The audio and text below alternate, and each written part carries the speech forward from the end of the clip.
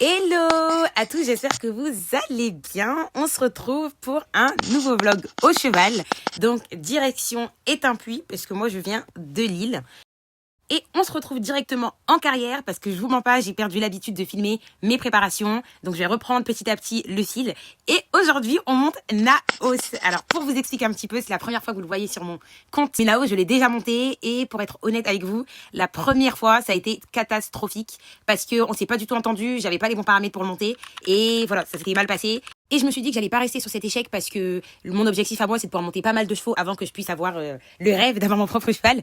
Mais voilà, l'idée, c'est de pouvoir monter chaque chevaux et de pouvoir les comprendre un maximum. Donc je me suis dit que j'allais pas rester sur cette défaite-là et que j'allais réussir à faire mieux la prochaine fois. Donc ma coach me l'a remis. Pour être honnête, quand je suis arrivée, que je l'ai vu sur le planning, j'étais dégoûtée.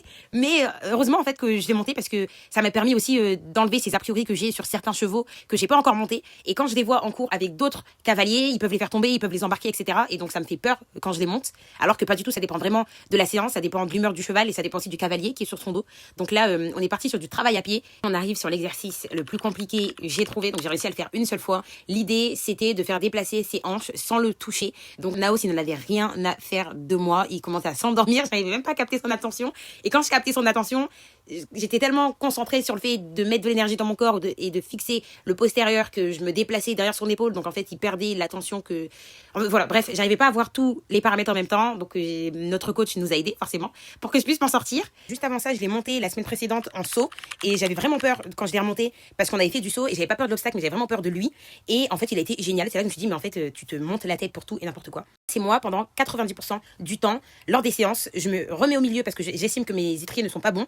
Et après, je prends un temps immense à me remettre sur la piste parce que j'aime pas couper la route à un autre cheval ou faire des queues de poisson. Donc il est vraiment génial. Et en fait, je vous dis toujours que quand je monte un cheval, il est génial. Mais au fur et à mesure que je monte un cheval dans ce club-là, je me rends compte qu'ils sont vraiment trop gentils et c'est des chevaux de club géniaux. Et voilà, il n'y a rien à dire. Sachant que moi, mon chouchou, mon préféré, c'est Banjo, que vous avez déjà vu plusieurs fois sur mon profil. Mais j'aime beaucoup Naos depuis que je le monte petit à petit, même si ça a commencé dans une relation un peu toxique. Là, je commence vraiment à l'apprécier. Et pour terminer le cours, on est parti sur une petite session de galop dont je ne suis pas peu fière, honnêtement. Déjà, la consigne, c'est de faire du galop en équilibre. C'est beaucoup plus simple pour moi de galoper en équilibre que de galoper assis. Je sais pas pourquoi, j'arrive pas à relâcher mon corps quand faut galoper assis. Mais là, franchement, mon galop s'améliore de plus en plus. J'ai de plus en plus confiance en les différents chevaux en fait que je monte. Et je suis vraiment contente de ça. Et d'ailleurs, vous imaginez même pas comment Naos, il a un galop hyper à l'aise. C'est trop bien.